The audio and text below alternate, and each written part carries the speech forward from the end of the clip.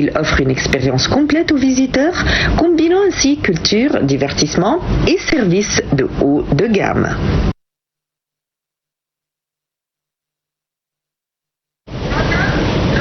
Eh bien, à présent, nous allons parler tourisme.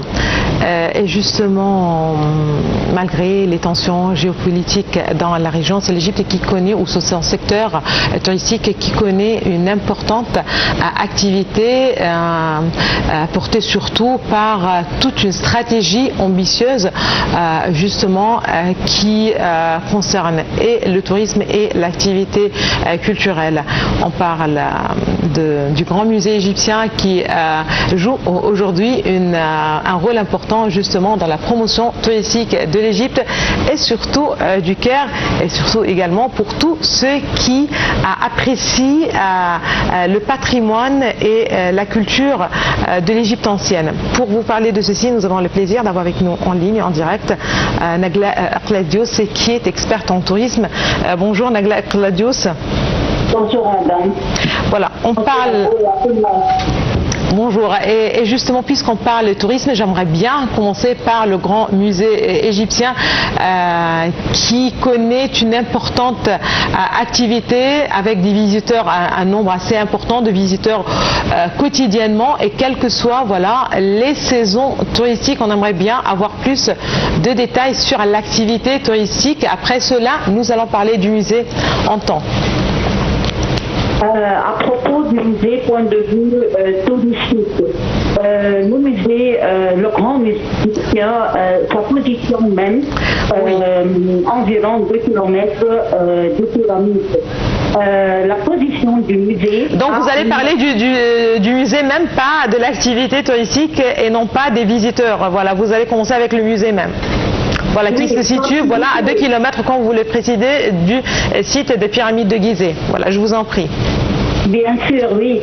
Alors, c'est 2 km, le musée même respecte la religion, l'ancienne religion des anciens égyptiens. Alors, c'est la position de la rencontre des trois rayons du soleil. Alors, pourquoi il y a plein de touristes qui visitent? C'est vraiment nécessaire de présenter toutes les activités nécessaires aux touristes. Premièrement, c'est de voir toutes les parties qui représentent environ 100 000 parties à l'intérieur du musée. Et 100 000 parties représentent les différentes époques de l'Égypte, dès l'Ancien Empire, dès 3000 ans, jusqu'à l'époque grecque-romaine, 30 avant Jésus-Christ. Alors, une des très grandes activités des touristes, c'est de faire le monument de chaque époque, dès l'Ancien Empire et de l'Empire moyen et grec-romain et copte et musulman encore. Il y a encore un laboratoire. Ce laboratoire-là n'est pas visité, mais c'est pour présenter toutes les parties de chaque époque et de présenter le maximum des parties pour les touristes. Encore un cinéma qui représente pour faire jouer tous les films qui ont relation avec l'histoire et un quartier de divertissement, là où il y a plein de cafés, de la nourriture, pour pouvoir manger et pour pouvoir se reposer entre les visites.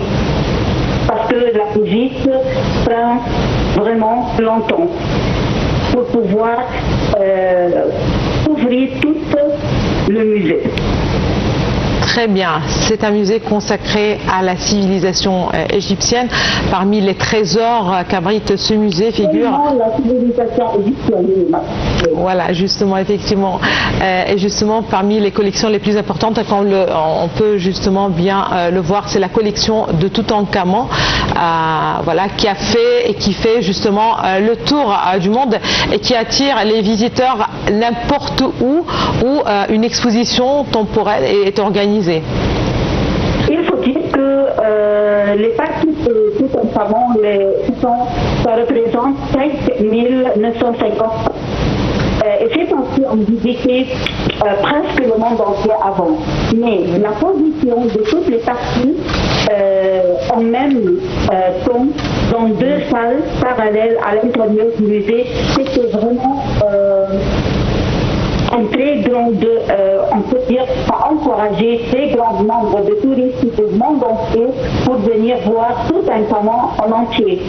Les 5 950 parties, parmi lesquelles on a le masque de Toutankhamon en stylo d'or massif, on a les sarcophages, les catafalques, les sarcophages de Toutankhamon, c'est 110 kilos massifs. Alors, et toutes les parties, c'est en bois de cèdre provenant de Liban, couverts avec feuilles d'or. En plus, tous les mobiliers funéraires de Toutankhamon utilisés pendant, il va être utilisé pendant l'éternité dans son tombeau, qui existait à l'intérieur de son tombeau. En plus, la nourriture, plein de choses. Alors, toutes ces choses que Toutankhamon et pendant la vie quotidienne, il devait avoir une vie dans la vie éternelle ou dans l'autre monde, l'éternité. Alors imaginez la nourriture, les lits funéraires, les lits de la vie quotidienne, de statues de Toutankhamon, le trésor, alors les colliers, l'occasion. On a des pierres. On pense que ces pierres-là ne sont pas on pense que c'est des météorites. Les anciens Égyptiens ont connu la place des météorites et ont utilisé ces matières-là pour faire des accessoires. Très bien. Depuis toujours, les pyramides de Gizeh étaient une destination de qualité et qui attire les visiteurs des 4 coins du monde, si vous le voulez bien. Aujourd'hui, avec le grand musée égyptien qui se trouve juste à côté, à quel point ça aide aussi à donner élan à toute une industrie, c'est-à-dire quand on parle du secteur du tourisme, il y a il y a plusieurs secteurs qui sont liés, que ce soit l'hôtellerie, la restauration ou encore le transport. Le transport des pyramides jusqu'au musée? Non, pas du tout. Je parle de toute une industrie qui s'articule en fait autour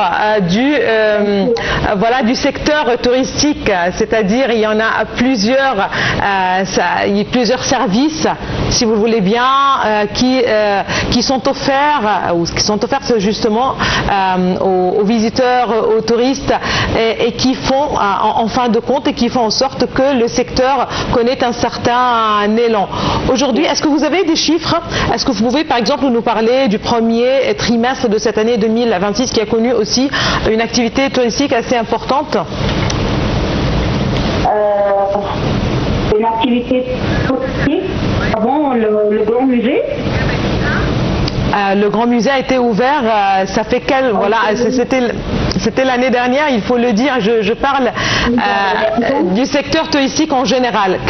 Quel regard vous portez sur le secteur touristique en Égypte aujourd'hui? Est-ce que vous avez des chiffres? Maintenant, le grand musée a changé, le grand musée actuellement a changé tout. D'accord. Si vous allez jeter un coup d'œil, cette année, par exemple, il y avait la guerre de l'Iran. Alors, le Moyen-Orient a été passé par cette guerre et le tourisme dans tous les pays du Moyen-Orient est plus ou moins tombé. Oui, affecté. Voilà. D'accord. Merci beaucoup à vous, Nagla Claudius, vous êtes experte en tourisme et merci beaucoup pour toutes ces précisions. Voilà, dans quelques petites minutes, nous allons parler encore politique, justement, et retour au paysage géopolitique dans la région et les dernières évolutions de l'accord entre Iraniens et Américains.